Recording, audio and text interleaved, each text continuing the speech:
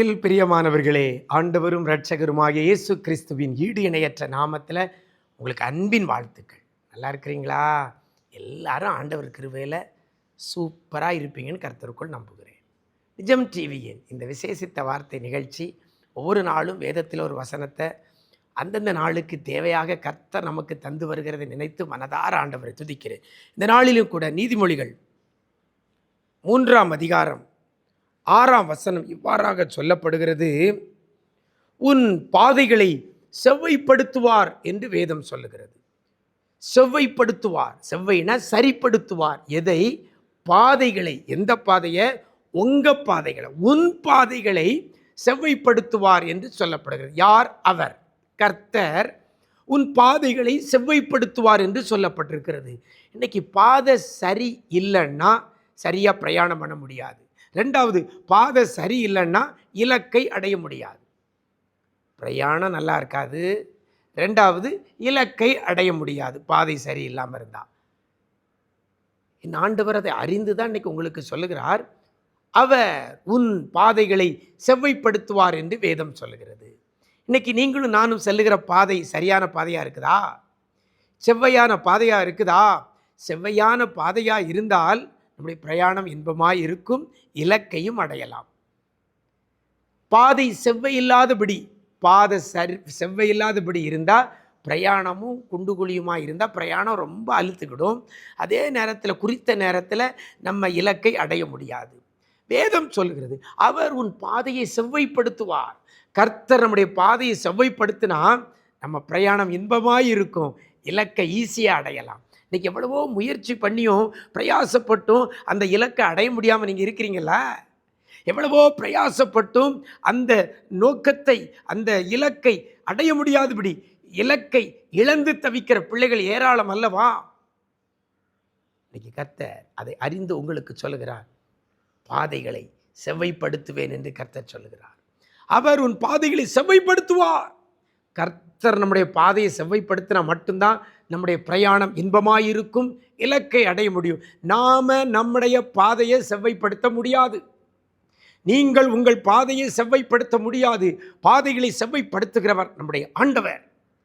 வேதம் தெளிவாய் சொல்லுது, அவர் உன் பாதைகளை செவ்வைப்படுத்துவார். இன்னைக்கு நாம நம்ம பாதையை சரிப்படுத்தணும்னு நினைக்கிறோம், ஆனால் முடியலை. ஏன் முடியாது? பாதைகளை செவ்வைப்படுத்துகிறவர் கர்த்தர்.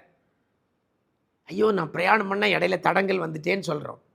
என் பிரயாணத்தில் இடையில தடங்கள் வந்துட்டேன், என் வியாபாரத்தில் இடையில முட்டுக்கட்டை வந்துட்டே, என் தொழிலில் இடையில பெரிய நஷ்டம் வந்துட்டே, என்னுடைய வாழ்க்கை பயணத்தில் பெரிய ஆபத்து வந்துட்டே, என் சரீர ஆரோக்கியத்தில் ஒரு வியாதி வந்துட்டே நம்ம சொல்கிறோம். ஏன்?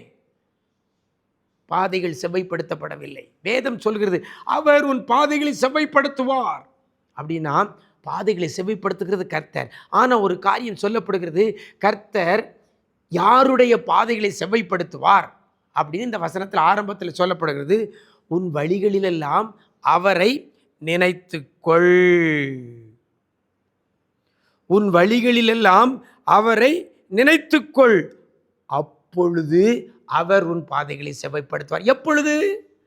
நம்ம வழியில கர்த்தரை நினைத்து கொண்டிருந்தால் அப்பந்தான் நம்ம பாதையை அவர் செவ்வைப்படுத்துவார்.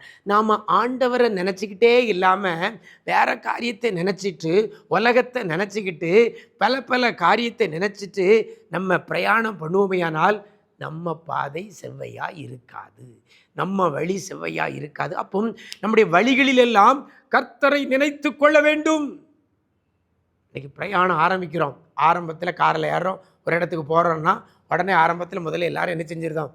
ஜபம்னு சொல்லி ஆண்டவரேன்னு சொல்லி அவரை நோக்கி ஒரு சின்ன ஜபம், இந்த பிரயாணத்தில் கூட இருங்க அப்படின்னு சொல்லி ஜபம் முடிச்சாச்சு.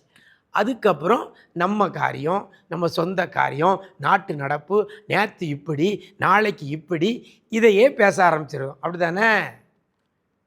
வழிகளில் ஆரம்பத்தில் அவரை நினைக்கிறோம், அதே போல் முடிஞ்ச போகும் ஜோம் பண்ணி எங்களை பத்திரமா கொண்டு வந்துட்டீங்கப்பான்னு சொல்லி ஜோம் பண்ணுறோம். ஆரம்பத்திலே நினைக்கிறோம், முடிவிலே நினைக்கிறோம். இடையில கண்ட கதை, கண்ட செய்தி, வாக்குவாதம், அரட்டை, இப்படி தானே போகுது நம்முடைய வழிகளில். வேதம் சொல்கிறது உன் வழி ஆரம்பத்திலேயும் கடைசியில் அவரை நினைத்துக்கொள், அப்பொழுது அவர் உன் பாதையை செவ்வைப்படுத்துவார்னு சொல்லலை. உன் வழிகளிலெல்லாம் எங்கெங்க பிரயாணப்படுறோமோ, என்னென்ன காரியத்துக்காக ஓடுறோமோ, எதை எதை செய்கிறோமோ, அத்தனை செயல்களிலும் கர்த்தரை நினைத்து கொண்டால், வழிகளில் எல்லாம் அவரை நினைத்து கொண்டு இருப்போமே ஆனால் நம்முடைய பாதைகளை கர்த்தர் செவைப்படுத்துவார். அப்போ இந்த தவறை இனிமேல் நம்ம செய்யக்கூடாது. சரியா? வழிகளில் எல்லாம் பாட்டு பாடிக்கிட்டே, வேத வசனத்தை சொல்லிக்கிட்டே, வேத வசனத்தை குறித்து தியானிச்சுக்கிட்டே அப்படியே நம்ம கடந்து செல்வோம். நம்முடைய பாதைகளை கர்த்தர் செவ்வைப்படுத்துவார். பாதை செவ்வையாக இருந்தால் வேகமாக இலக்கு அடைஞ்சிடலாம். அப்படி தானே? ஒரு ரோடு நல்லா இருந்தால் வேகமாக போயிடலாம். ஒரு ரோடு குண்டு குழியமாக கிடந்தால் வேகமாக போக முடியாது. குறித்த நேரத்தில் இலக்கை அடைய முடியாது. அப்போ ஆண்டவர்கிட்ட கேட்க, ஆண்டவரே என் பாதையை நீர் தான் செவ்வைப்படுத்துகிறவர், என் பாதையை நீர் செவ்வைப்படுத்த என் வழிகளிலெல்லாம் உம்மை நினச்சிக்கிடுவோம்ப்பா, எப்பவும் உண்மை குறித்தே நினைத்து கொண்டு உண்மை குறித்தே பேசி கொண்டிருப்பேன் சொல்லி அர்ப்பணிச்சுட்டு அதே போல் செய்யுங்க.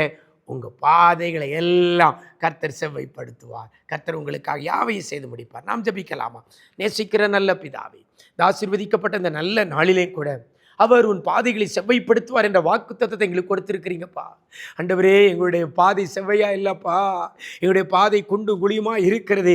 எங்கள் பாதைகள் ஆண்டவரே கரடு முரடாக இருக்கிறதையா. கரடு முரடான பாதையில் ஆண்டவரே ஆண்டவரே ஆண்டவரே நிம்மதியாக பயணம் செய்ய முடியாது.